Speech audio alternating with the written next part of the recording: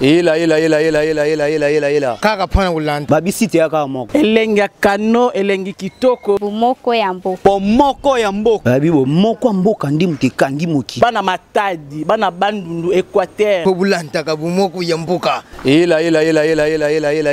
bomoko ya mboka zibeka na bela eyindi na bomoko ya mboka landa bomoko ya mboka bomoko ya mboka elengi kano.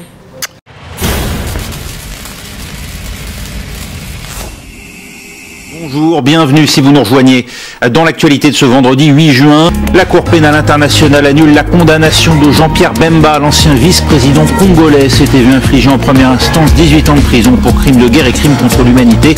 Il reste emprisonné à La Haye pour une autre affaire.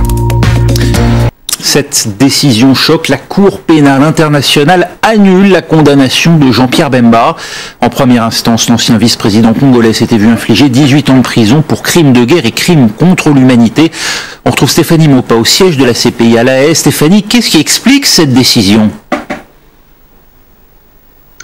Alors pour comprendre, il faut se rappeler qu'il avait été condamné à 18 ans de prison pour ne pas avoir puni les crimes commis par ces soldats, qui étaient des viols, des meurtres et des pillages. Il faut se rappeler qu'à l'époque, en 2002, Jean-Pierre Bemba avait envoyé ses soldats, ses propres soldats, combattre en Centrafrique pour soutenir le régime en place qui était menacé par une rébellion.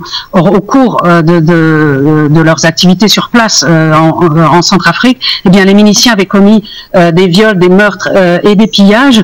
Les juges de la chambre d'appel ont estimé qu'en réalité, eh bien, Jean-Pierre Bemba avait essayé de punir ces crimes, avait essayé de les empêcher, notamment en adressant une lettre au Premier ministre de la Centrafrique, en lui demandant de prendre des mesures, et aussi en ordonnant des enquêtes internes au sein du mouvement pour la libération du Congo, qui est sa propre milice. Mais à l'époque, eh bien, il se trouvait non pas en Centrafrique, mais en République démocratique du Congo ou en Afrique du Sud. Il faisait le voyage entre les deux pays.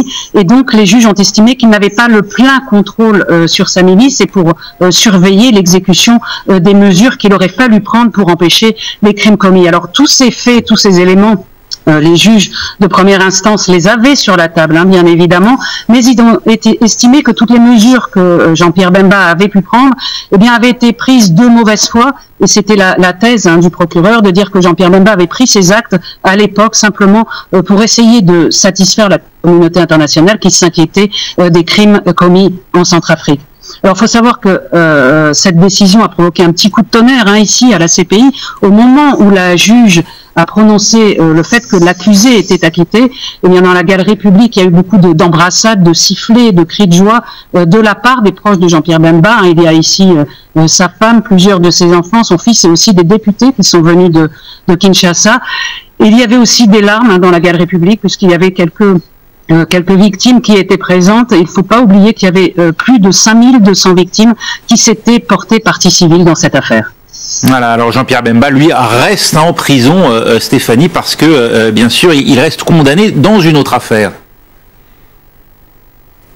Oui, effectivement, il a été condamné pour subornation de témoins. C'était une affaire parallèle au procès. En fait, il avait essayé de suborner certains témoins pour qu'ils témoignent favorablement contre lui dans l'affaire principale. Et il avait été condamné à une peine de 1 an de prison et 300 000 € d'amende. Mais pour l'instant, c'est une décision à laquelle il a fait appel. Elle n'a donc pas été rendue. Il est probable que les juges siègent mardi prochain et qu'ils décident une mise en libération avant même de rendre leur décision finale sur cette seconde affaire, parce qu'en réalité, dans cette affaire-là, Jean-Pierre Bemba risque une peine maximale de 7 ans de prison. Or, il a déjà purgé 10 années en détention, puisque, faut le rappeler, il avait été arrêté en 2008 en Belgique et transféré à la Cour pénale internationale. Donc, il devrait sortir assez rapidement dans le courant de la semaine prochaine. Libération prochaine donc pour Jean-Pierre Bemba. Merci Stéphanie Maupas. La CPI, la Cour pénale internationale, vient de rendre son arrêt en appel. L'ancien vice-président de la République démocratique du Congo, Jean-Pierre Bemba, est acquitté par la CPI. En première instance, en 2016, il avait été pourtant condamné à 18 ans de prison, reconnu coupable d'une série de meurtres et de viols commis par sa milice en Centrafrique en 2002 et 2003.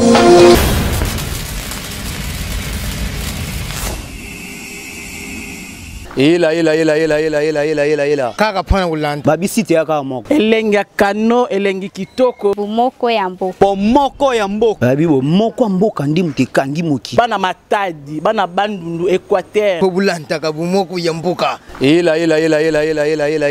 bomoko ya mboka zibeka na bela eyindi na bomoko ya mboka landa bomoko ya mboka bomoko ya mboka elengi kano